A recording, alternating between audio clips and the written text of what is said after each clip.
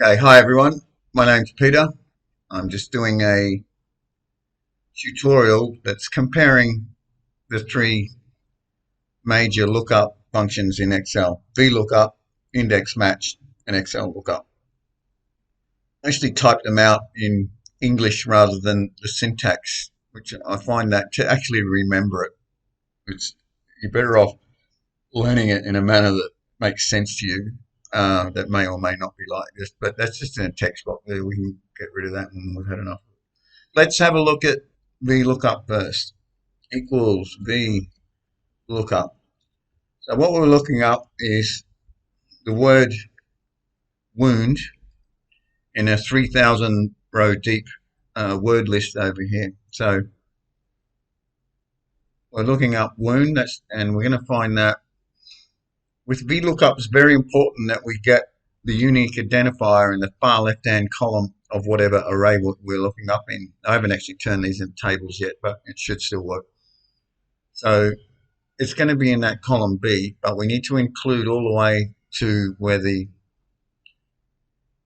return column will be, which that's the next one. We want to get the definition, which is in the third column of our virtual array that we just created there. So we're ignoring column A.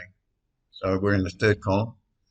And we want an exact match. That's just Excel language for exact match. Put a 0 in, close the bracket, enter. Wound, okay, it's talking to injure somebody, so I think we've got the right one there. These are right from the bottom of the list too, just to test it out, make sure they are working. So that's the best part of 3,000 rows down, that's finding that.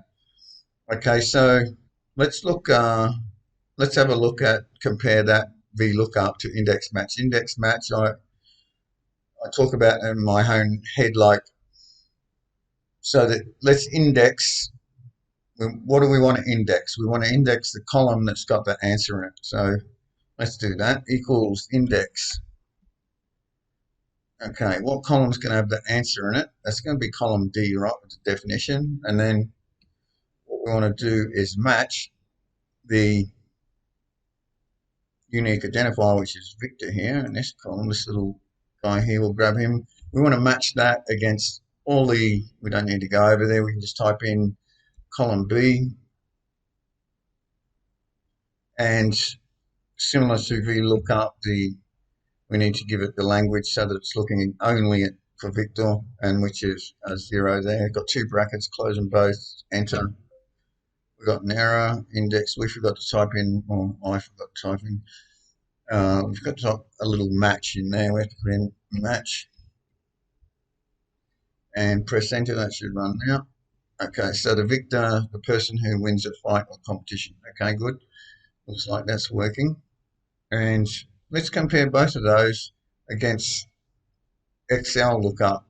If you haven't if you haven't learnt these yet, then this last one's the one to go to remember. It's index match always was people argued about it for years, but index match was a better formula than VLOOKUP. It's just more versatile, and this one's even better and quicker if I stop yapping.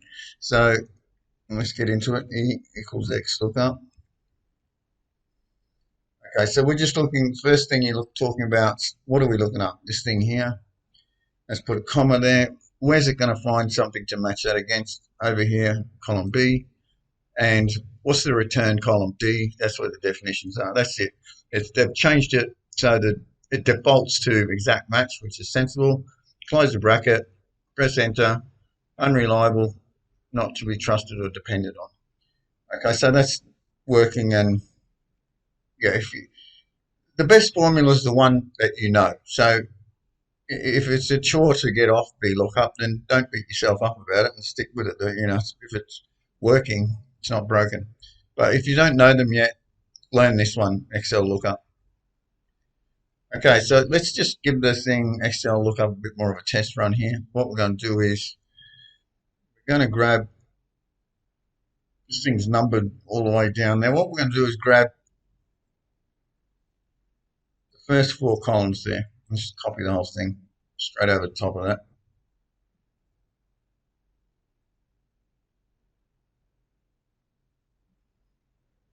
Okay, so that's just destroyed our formulas. That doesn't matter. We're going to do a new one now. So, and let's, what happened was, for some reason, when they transferred this data over, someone made a mistake and we didn't get the examples in use, and we want them now. And we can't just copy them anymore because, you know, something happened in transit. Maybe we've only got 10 words or only a few that we're looking up, or maybe it's not quite as deep, or you know, the order's changed, something like this. Let's grab, I just want to delete those before I do this. I'm not sure how it reacts because I haven't got these in a table yet, right? So we're going to Control Shift down. I'm going to go data sort on column F, and what I want to do is flip it up the other way. So we want the largest to the smallest. So that's another reason that we can't just copy it now. We have to use the lookup function. So just so that you can see it, I'm going to just close this one off. Leave them in there. Okay, so we want to bring up this example sentence of all these words getting used, and we might do away with that box there. So XLOOKUP equals XLOOKUP, and we're looking up the word wound, and we don't have to go over there. We know it's column B. It's going to find it there somewhere, and we know that it's going to return from the example in column E, so we can type that in as well. E column E, right? And single bracket, close it off, press enter. Okay, so that's pulled up. The hunter shot the tiger and wounded it, so it looks like we've got the right guy there. Even without a table, I was in a hurry, guys, right? I'll do tables next time. They're very handy for this. Just grab that on get your crosshairs on the bottom right hand corner, double click, and the only thing that would stall that is if there were gaps in the column to the left of it. I don't think this has, but let's double check that. We're going to go Control Shift down, check it out. There it is. It's 2,700, and a